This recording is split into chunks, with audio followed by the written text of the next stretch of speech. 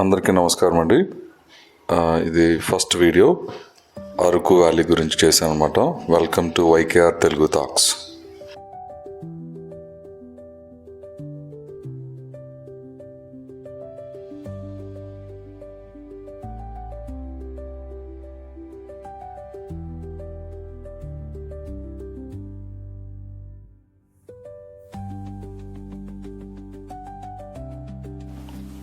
అందరికీ నమస్కారం అండి. మేము అరకు వ్యాలీకి ట్రిప్కి వచ్చాం అనమాట. సో ఇక్కడ వైజాగ్ ఆర్కే బీచ్లో ఉన్నాం మేము ఫస్ట్. సో హైదరాబాద్లో మేము నైట్ బయలుదేరితే 5:30కి వచ్చామన్నమాట మార్నింగ్.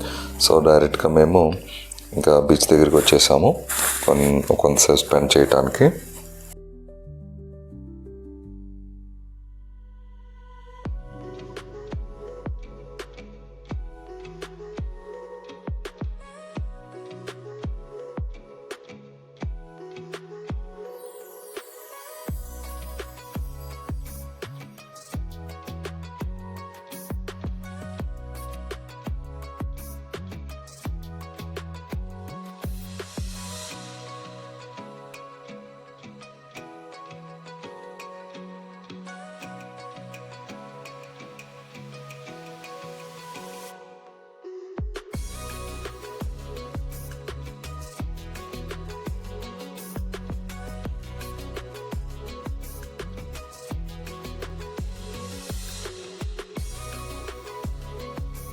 మా జర్నీలో అక్కడ నుండి మేము రిషికొండ దగ్గరికి వచ్చామండి.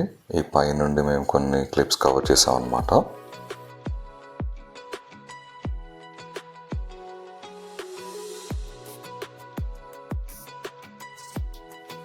ఇక్కడ మనకి రోప్ వే కూడా ఉందండి, చాలా బాగుందన్నమాట ఇక్కడ. సో రోప్ వేలో కూడా మనం కొంచెం టైం స్పెండ్ చేయొచ్చు.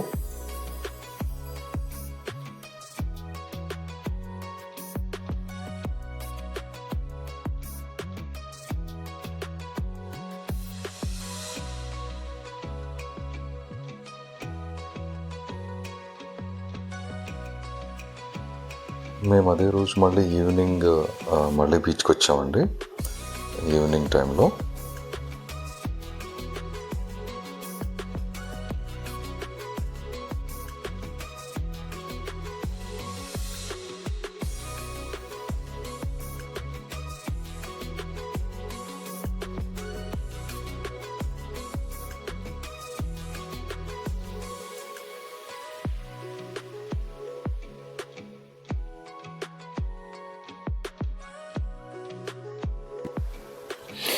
అరకులో మెయిన్ అరకు విలేజ్ నుండి అరకు వ్యాలీ 36 కిలోమీటర్స్ ఉంటుందండి. మనకి ఇది బెస్ట్ స్పాట్ అని చెప్పుకోవచ్చు. సో మంచి సీనరీస్ ఉంటాయి అండ్ ఫోటోగ్రఫీ తీసుకోవచ్చు మనం మంచిగా. సో ఇక్కడ మెయిన్ ఏంటంటే బొర్రా కేవ్స్ ఉంటాయి. బొర్రా కేవ్స్ మనకి అరకు నుండి వెళ్ళే దారిలో ఉంటుంది అన్నమాట. సో ఇక్కడ ఏన్షియంట్ లైమ్ స్టోన్ కేవ్స్ ఉంటాయి అన్నమాట. ఇక్కడ one of the biggest attraction ఇక్కడ ఇది అరకులో ఈ బొర్రా కేవ్స్ అనేది. బొర్రా కేవ్స్ చాలా బాగుందండి ప్లేస్. అది డిఫరెంట్ ప్లేస్ అనమాట. డెఫినెట్గా మనం అందరం చూడాల్సిన ప్లేస్ ఇది. మనం on the way to Araku వ్యాలీలో మనకి బొర్రా కేవ్స్ వస్తాయి అన్నమాట. మనం 2 hours పడుతుంది మనకు అక్కడ స్పెండ్ చేయడానికి మినిమం. మనకు బొర్రా కేవ్స్ నుంచి కటికి వాటర్ ఫాల్స్ కూడా ఆన్ ద వే అండి. సో నియర్ బొర్రా కేవ్స్ దగ్గర ఉంటుంది. మనకి ఏంటంటే ఇక్కడ బెస్ట్ ఆఫ్టర్ మాన్సూన్ అని చెప్పుకోవచ్చు మనం ఇక్కడ. అది కూడా మీకు నెక్స్ట్ ట్రిప్లో వస్తుంది.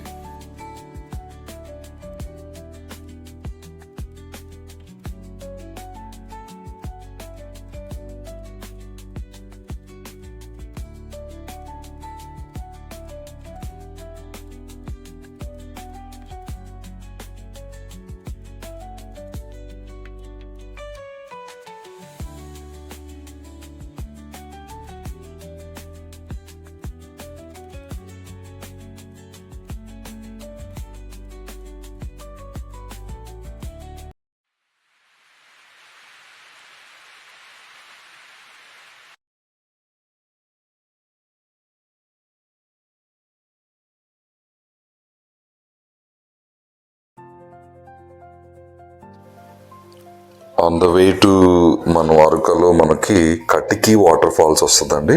సో ఈ కటికి వాటర్ ఫాల్స్ దగ్గర మనం ఉన్నాం అనమాట.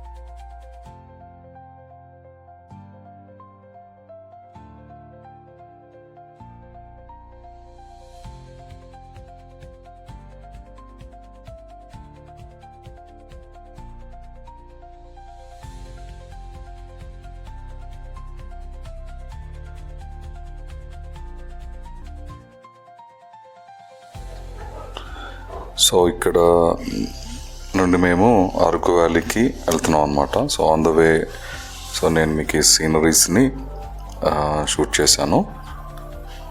సో మనం ఇక్కడ నుండి 15 minutesలో మనం అరకుకి వెళ్ళిపోవచ్చు అనమాట.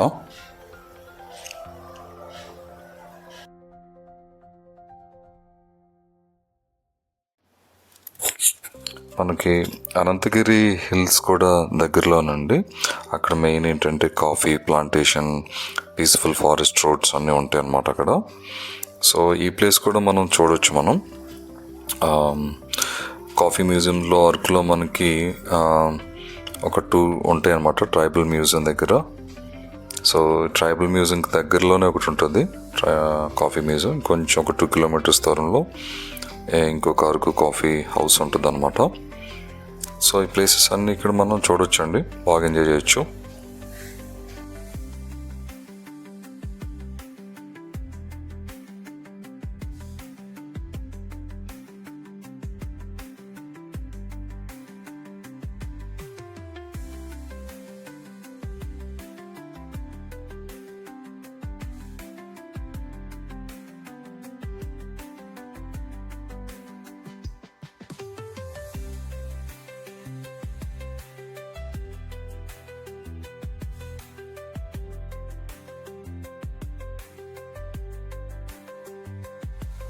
మేము అన్నవరం కూడా వచ్చామండి. అన్నవరం నుండి రాజమండ్రి వచ్చాము. హైదరాబాద్ మేము రాజమండ్రి వచ్చామండి. రాజమండ్రి గోదావరి దగ్గర కొంతసేపు కూర్చుని పిక్చర్స్ తీసుకున్నాము. అండ్ లాస్ట్లో మనకి మేము ఇక్కడ నుండి రాజమండ్రి వచ్చిన తర్వాత గోదావరి హారతి చూసామండి ఇక్కడ. సో సాయంత్రం ఎవ్రీడే మనకి గోదావరి హారతి ఇస్తారనమాట ఇక్కడ. సో ఈ హారతి చూడటానికి కోసం మేము వచ్చేటప్పుడు రిటర్న్లో ఉన్నాం అన్నమాట.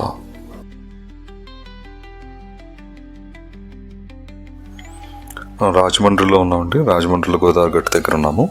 సో మనకు అందరికి తెలుసు కదా, ప్రతిరోజు గోదావరి నిత్య హారతి జరుగుతుంది అనమాట. సో ఇప్పుడు అది స్టార్ట్ అవుతుంది. మరణం జాహ్నవీ తటే దానం దద్యాత్ కురుక్షేత్రే గౌతమ్యాం త్రితయం వరం కురు.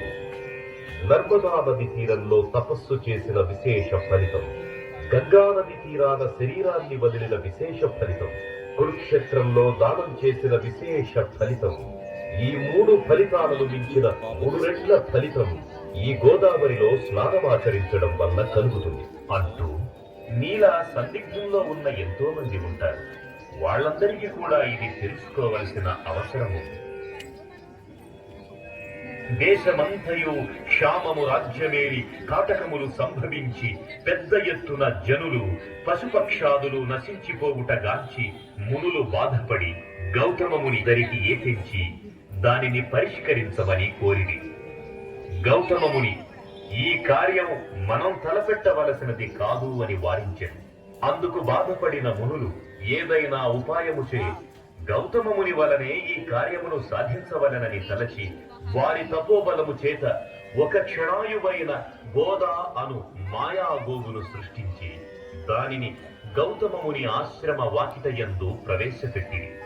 అదిగాంచిన గౌతమముని ఒక చిన్న దర్భచే దానిని అదిలించగా తక్షణమే అది మరణించినది. ఇది చూసిన మునులు గౌతమముని గోవధ గావించినాడని ఘోషించుచుండగా, గౌతమముని దీనికి ప్రాయశ్చిత్తమేమిటి అని ఆ మునులనడిగారు. అంతటా మునులు శివుని జటాజూటమునందు బంధించియున్న గంగను ప్రార్థించి తెచ్చి ఆధారముగా ఈ గోవును బ్రతికించవచ్చును అని ఉపాయము చెప్పింది. అంతటా గౌతమ ముని శివుణ్ణి పరమభక్తితో ప్రార్థించ పరవశుడైన శివుడు శిరముంచి గౌతమ మునిని ఆశీర్వదించ గంగను ఇలకు పంపించెను. గంగ పరమభక్తితో గౌతమ మునిని అనుసరించి వచ్చి గోవుని బ్రతికించెను. గోవుని బ్రతికించుటకై ఇలకేతించిన గంగ గౌతమ ముని వలన వచ్చినది కనుక గౌతమిగాను, గోదా నుంచి ప్రవహించినది కనుక గోదావరిగాను ప్రసిద్ధి చెందెను అని తనకు తెలిసిన వృత్తాంతమును శిష్యునికి వివరించెను. పవిత్రమైన కార్యాచరణకు వచ్చినది కనుకనే గోదావరి తల్లి పవిత్రమైనది. పశ్చిమ కనుమలలోని నాసిక్ నందుగల గోకర్ణికం నుండి ఒక చిన్న ధారగా ప్రవహించి నదిలా మారి దక్షిణాన భద్రాచలమందు రామపాదములను తాకి పంచవటి మీదుగా పాపికొండలను ముద్దాడుతూ ఉభయ గోదావరులకు జీవాధారమై అఖండ గోదావరిగా రాజమహేంద్రవరానికి వరమైంది. ఈ సప్త గోదావరికి సప్త ఋషులే ప్రతీకలై నిత్యహారతులిస్తున్నారు. భక్తులు నిశ్శబ్దాన్ని పాటించి హారతులు తిలకించ ప్రార్థన.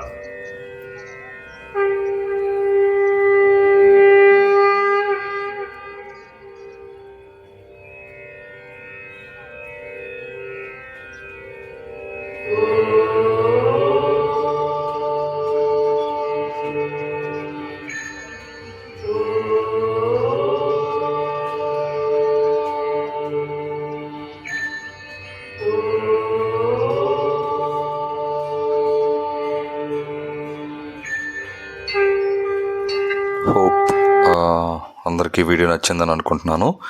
ఇక్కడితో ఈ వీడియో ఎండింగ్ అండి.